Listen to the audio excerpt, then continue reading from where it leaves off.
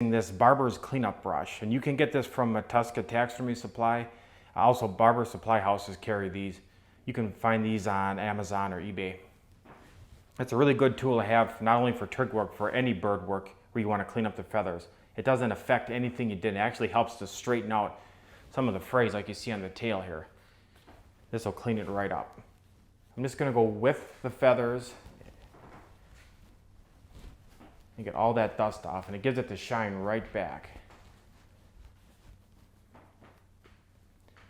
You can also use compressed air for this, especially in the hackle. If it got a little dusty on, you can just spray a little bit in there. You don't want to use a lot of air pressure when you're doing that though.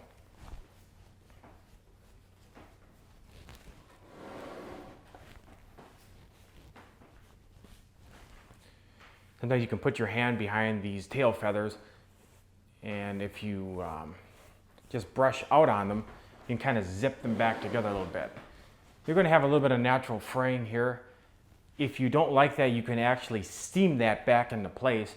I normally don't do that because a small amount of fraying is natural. There's no need to have it completely closed. You can also take your finger and kind of bring these back together.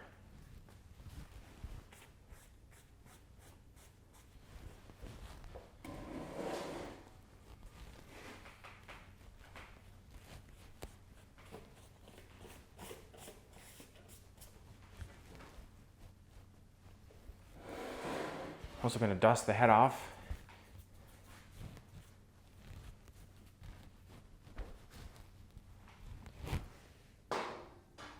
The next thing I like to do is I like to check the legs. Sometimes during the drying process, some of the fluid from inside the leg can seep or squeeze out as it's drying. And that's just natural fluid that's in the leg. You might get a little bit here and there that just seeps out. So you just would take a paper towel and dab that off. If you needed to put a little touch of paint on that area again, you could do that. I'm just running my fingers along both sides of the leg to see if anything had leaked out. I'm not finding anything, so we don't have to do anything with that. Okay, now we're going to be painting the hairs on the head. During our painting process, we got paint all over these hairs, and we want to take them back to the natural color. We're going to be using a mascara brush to do that, and I like the brown color rather than black. If you look at the hairs on a natural turkey, they have kind of a brown look. So we're going to be repainting it with that. What I like to do is after I pull it out of the container, I like to take a paper towel and wipe off the excess. You don't want to get too much mascara near your head at one time because it can get on the carnicles and ridges. Now this particular turkey head had very large hairs on it. It's going to make it easy for us to paint.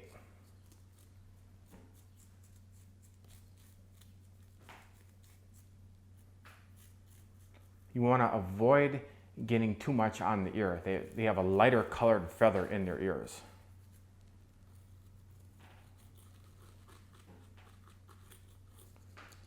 You don't have to get every single one of these hairs, but you want to try to get the majority of them painted back.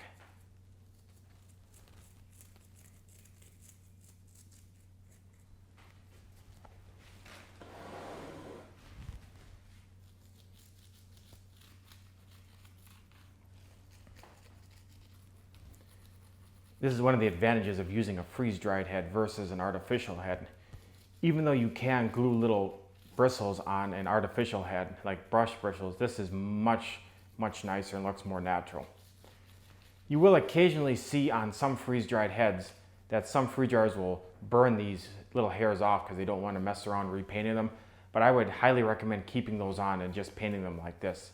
The clients really like that.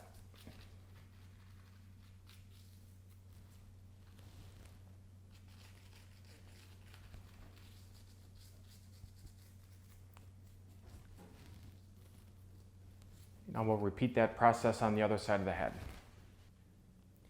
Now we're ready to transfer the turkey over to our base. This particular base is a pre-finished base we bought from Mackenzie Taxidermy Supply.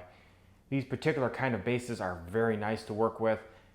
The customer picked this base out of the catalog, which makes my life a little bit easier because I don't have to try to get inside his head with what he wants. He could pick it out. If you want to make your own base, you certainly can. We're going to be adding a little bit more habitat to this. But if you start out with a pre-made base like this, it makes life easy. First things first, we have to get the turkey detached from the base. So we're going to be taking our socket and removing our 1032 nuts. Just going to tip it up.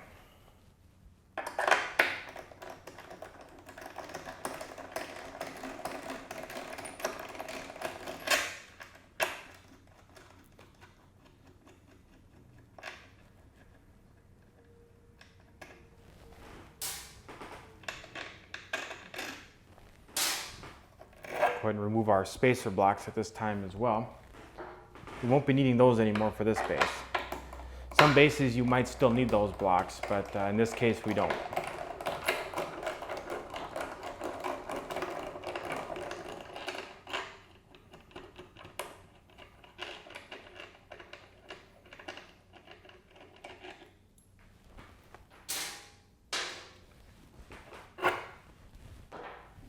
Okay. I'm going to take our driver and we're going to chuck a 1/4 inch drill in the hole we're going to be using for transferring our bird to our base. You don't need anything bigger than a 1/4 inch for this.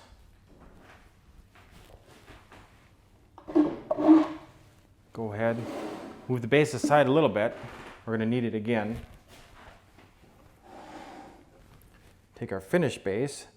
Just going to set the bird on it. I'm going to try to get the position I want, the angle I want. Sure that the feet are all lining up where I want them. It looks pretty good here, so I'm just going to shove into the base a little bit with both of these. But paying a special attention to the front leg and foot, where that hole is right there. Set the bird temporarily back on our other base. We'll get the first hole drilled out.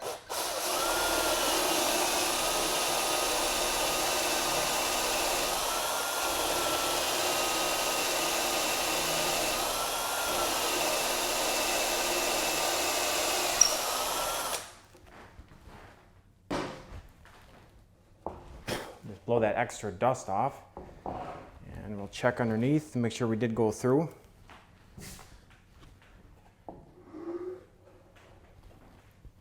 Also, you can notice underneath, these spacer blocks came with the base. I'm keeping those on for now.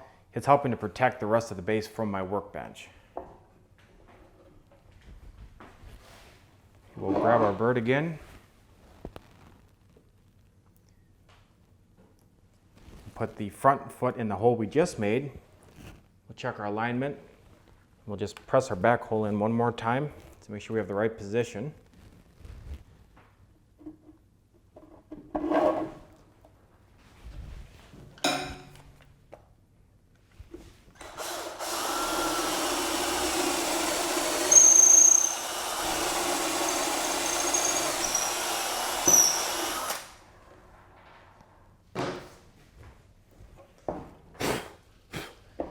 Blow those extra wood chips off of it.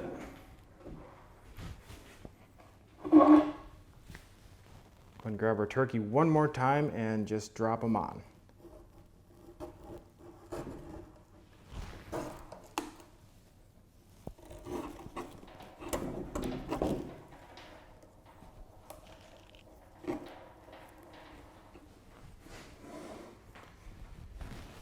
Okay, now we just make sure that our wings are lining up everywhere we want. Twist them at this angle and just look at them like this. Sure, that's how we want them set up. And this back leg is going to get sucked down a little bit more when we tighten it, but I'm just double checking. Sure everything's correct. Thing looks good, so I think we can go ahead and lock this guy down. We'll take our socket. We'll take our 2 small fender washers and our 2 1032 nuts. We will not need the spacer blocks for this base. So we'll just angle them up again just like we did on the last one.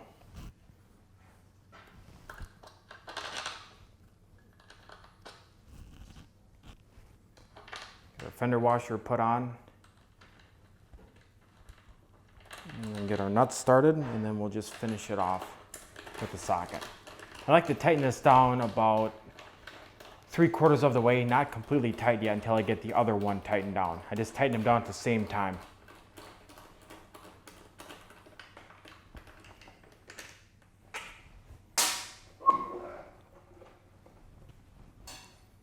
And we'll go ahead and put this one on the back foot. Okay, we have the bird completely on the base. We tightened down the back foot and leg. So that's done, and we leveled it all off and everything leveled up nice. I'm real happy with how it's turning out. Everything looks good. Because this is a spring scene, I want to put a little bit more greenery into the base. So I bought a couple things from Mackenzie. You can get this from other taxidermy suppliers as well. If you search around online, you can find a lot of habitat. This is just little pieces of grass. Here's about 4 to 5 strands of plastic grass in each one of these. We'll be putting these throughout the base to give it a little bit more of an emergent green look. I also bought this dandelion. Again, I got this from Mackenzie, and you'll see the item number on your screen right now. I use this on a lot of my turkey mounts, especially on a mount that has some damage on one side. This can help to break that up a little bit. And we'll be doing that on the other side to help break that up. We'll start by putting that in because we have to drill a bigger hole out for this. First thing I do is I cut off the rut end. I did that off camera, but the ruts actually come out to here when you buy it. I cut it off right to here. Next thing I do is I start opening up all these leaves. They have wires in them, so they're easily bendable. You don't want them all up like this, though. You want to get them out like a natural dandelion would look.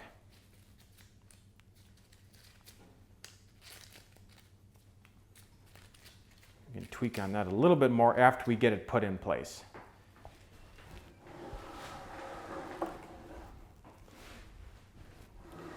We're going to be putting it on the damaged side, so I'm thinking about right here. I'm going to take my 1/4 inch drill. I'm just going to drill it out. See, I'm kind of rocking it in a circle to do this.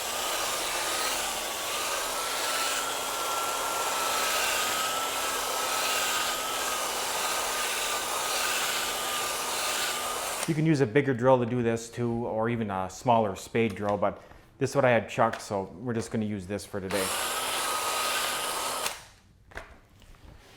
I'm going to blow all that excess foam out. That's what's underneath this dirt is foam. You can see there. Get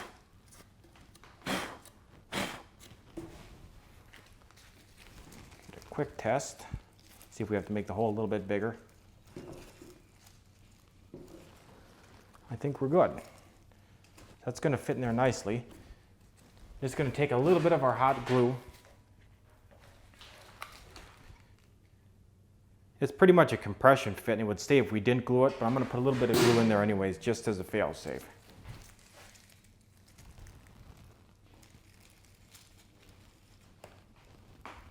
Just press that down into place.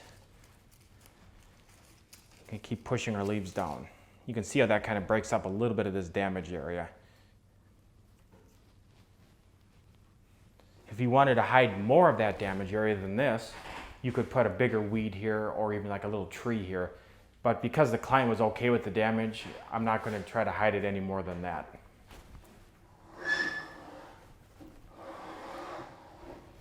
Now we're going to put our grass strands in. That's very easy to do. I just use a screwdriver for this.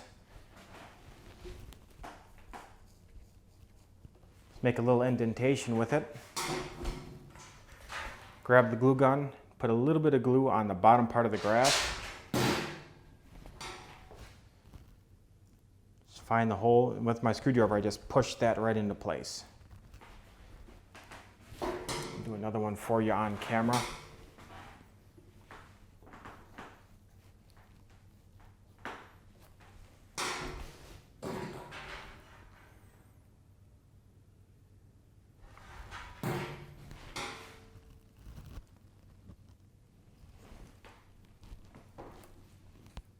Like that, and we'll go ahead and put the rest of them on. We have the rest of our habitat put on the base, and I'm happy with it. So we just need to do a little bit of touch-up, cleanup with our brush. Just gonna go over the feathers one more time, in case any dust got on them from the base work. I use this to dust all of our mounts in our showroom too. It works really good for that. Make sure that these primers are lined up nicely. Go over the hackle one more time. A little bit on the tail. Just go around my base and just clean up any dust that got on that.